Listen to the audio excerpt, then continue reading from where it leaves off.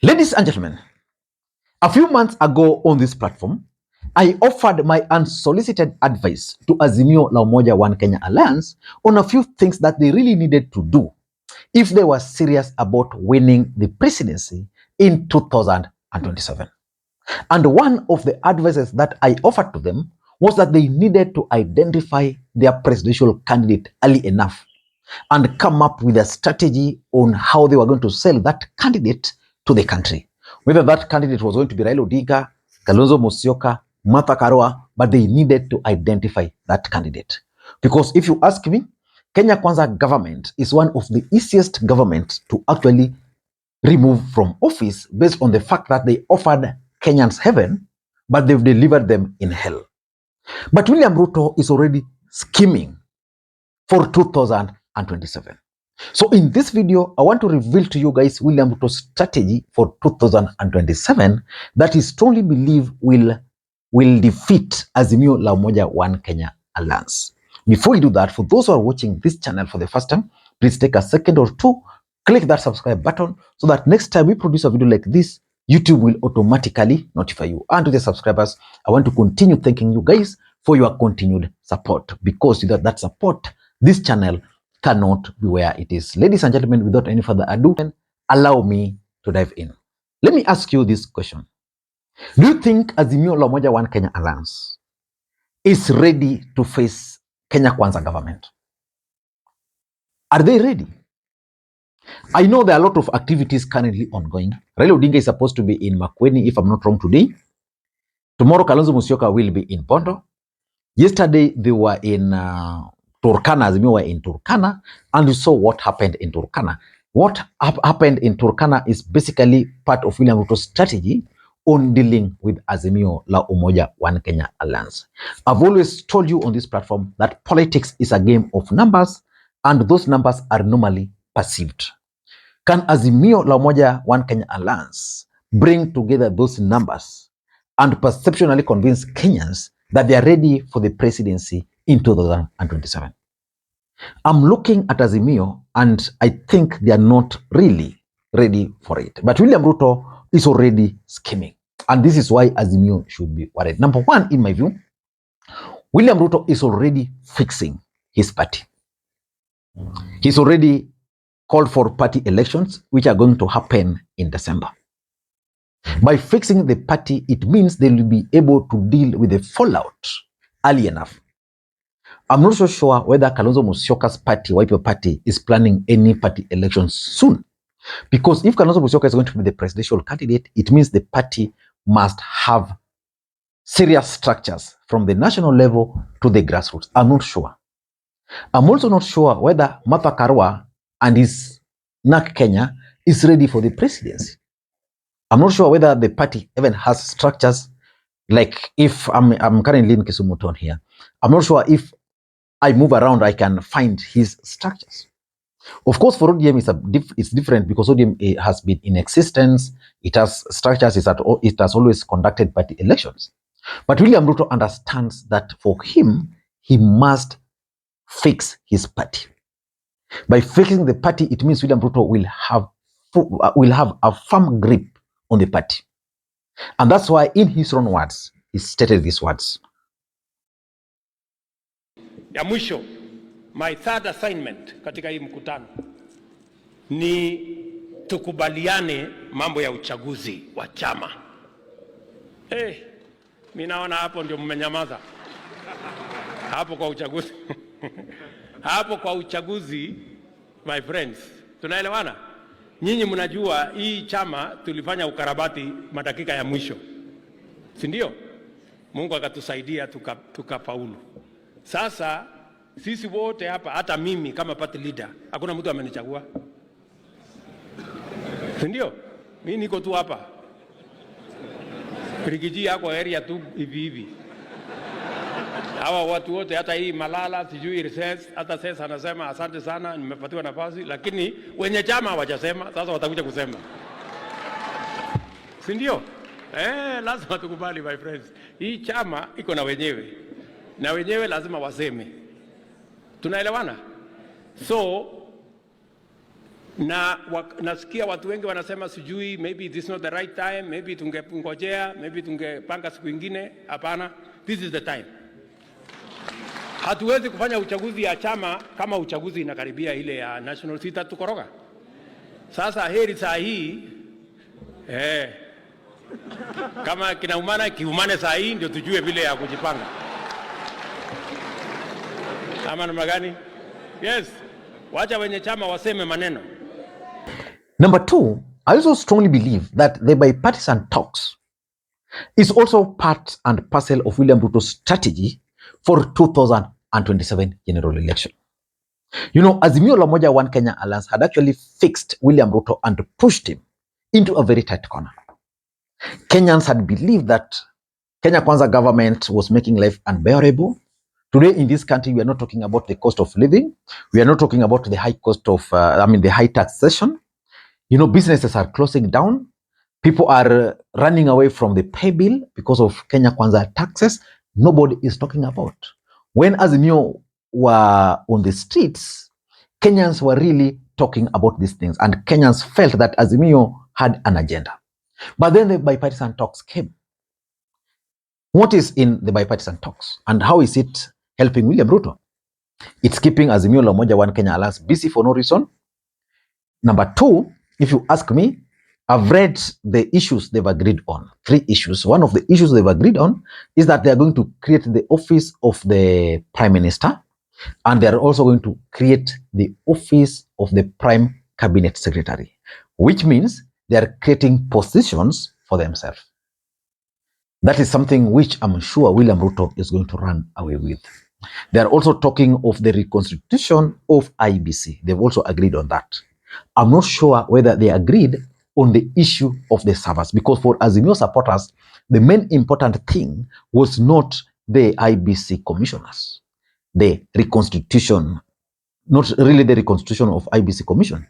It's about the server. Azimio supporters wanted to know the content, the actual figures of the votes, whether they were tampered with or not. And that's why they were pushing for the audit of the IBC servers. As long as those servers are not there, I'm not sure whether the bipartisan team will serve the objective. And also they are dealing with, they have also agreed on the 2/3 gender rule.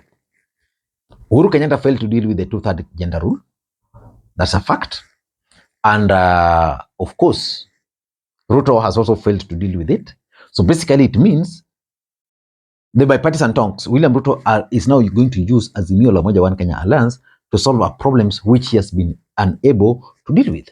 So for me, the bipartisan talks, as much as it's ongoing, it's also helping William Ruto more than Azimio La Umoja One Kenya Alliance. And that's very strategic for William Samoei Arap Ruto. If I were Raila Odinga, after calling off the demonstrations, this bipartisan thing, I would not have engaged in it, because it's a complete waste of time, money, and resources. Number 3, William Ruto has already embarked on early campaigns. Now, let's assume Raila Odinga will not be on the ballot in 2027. Who in Azimio is moving around the country? When was the last time you saw Martha Karua attending an event? When was the last time you saw Kalonzo Musyoka outside Ukambani? He's coming to Bondo tomorrow, and that event has been organized by Uhuru Odinga. So I'll be keenly following that particular event. But the question is, what are we doing? Because William Ruto is already conducting early campaigns. And William Ruto, as much as he's conducting early campaigns, he's also selling some non-existent development projects. William Ruto has moved across the country selling development projects. It's only in Nyanza where at least the members of parliament followed the Mafra had left and told people, okay, this road William Ruto is claiming he has done, he has not done this, he's claiming this project was started this, what William Ruto ought to have done here was to launch that dam in Koru, which was supposed to deal with the flooding in Kano. So he's coming here to launch a project which had already been launched before. So the thing is, William Ruto is launching non-existence projects across the country, and nobody in Azimio is talking about it. Number 4, William Ruto is also experimenting already with the formations. I'm saying this because in Azimio, who is their presidential candidate? William Ruto is crafting a strategy of, if that candidate is going to be Raila Odinga, this is how I'm going to deal with it. If that candidate is not going to be Raila Odinga, this is how I'm going to deal with it. And William Ruto has now narrowed down that in Azimio, the presidential candidate is either going to be Raila Odinga or Kalonzo Musyoka. So William Ruto's strategy is that if that candidate is going to be Kalonzo Musyoka, then he's going to fight for the Luo Nyanza vote. And that's why you are seeing Ruto in Luo Nyanza. How many times have you seen Kalonzo Musyoka in Luo Nyanza? And even if you are coming from Luo Nyanza, for example, would you vote for Kalonzo just because Raila has told you? Or because he has stood with Raila Odinga? Kalonzo must be seen to be doing something. So he must start making those trips. When was the last time Kalonzo Musyoka was seen in Western Kenya? Of course, Raila Odinga is ever there. You know, Raila was in Mombasa, he's been in Kilifi, he's been in Western, Raila Odinga was in Turkana. When was the last time you saw Kalonzo? Or even Martha Karua? But Ruto is already crafting a strategy that if Azimio were to give me Kalonzo, this is what I'm going to do. If Raila were to be the candidate, this is what I'm going to do. And that's why you see there's a lot of confusion in Kenya Kwanza. Because William Ruto is crafting his strategy based on the two possibilities. If he knows that the candidate is going to be Raila Odinga, I can assure you, William Ruto will support his deputy fully. But if he's convinced that the candidate might not be Raila Odinga, then William Ruto will have to twerk his strategy to fit that new possibility. And that new possibility is simple. Western Alliance. And lastly, as much as Azimio La Umoja One Kenya Alliance are still in their dreamland, William Ruto is already forming some strategic alliances. When I talk of a strategic alliance, it means William Ruto has figured out that, okay, in Bungoma, I had the support of Wetangula and I had the support of Mudavadi in Bungoma. But Raila Odinga still managed to get some votes. Why was that possible? So William Ruto is asking himself that question. Then he's realizing that that was possible because of the former governor, Wangamati. So what do you think he did? William Ruto then went and picked Wangamati. Then Wangamati is now supporting Ruto. So which means today in Bungoma, Azimio might not really have a strong candidate. Wangamati was a very strong candidate, Azimio candidate down there. He was helping them do things. William Ruto is realizing that despite the fact that I did everything in Turkana, Raila Odinga still managed to defeat me. What do I do? Let me go and get his governor. Because I got the previous governor, let me get the new governor. Strategically, that's also going to have a bit of impact on Raila Odinga. William Ruto then figured out that, okay, Raila Odinga's campaigns are normally crafted around governors. What do? I need to fix his governors. So he goes to Kisii, tries to fix Arati, goes to Kakamega, tries to fix Governor Baraza, goes to Mombasa, tries to fix Abdul Swamad Nasir. He goes to Makwiny, identify the Makwiny governor, Mutula Kilonzo Jr., to an extent that Mutula Kilonzo Jr. is no longer participating in Azimio activities. So that is how strategic William Ruto has been trying to be. He identified, for example, the independent candidates. All of them are with him. In northeastern Kenya, he identified the dominant political parties there. No, on his side. Because he believes by doing that, he's going to get 1, 2, 3 votes from Azimio strongholds.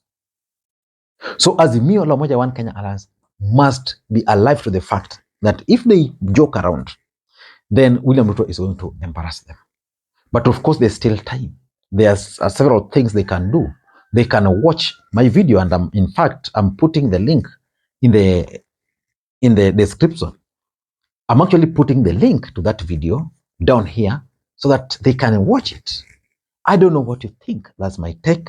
Until next time, this is Lee Makwiny. Bye-bye.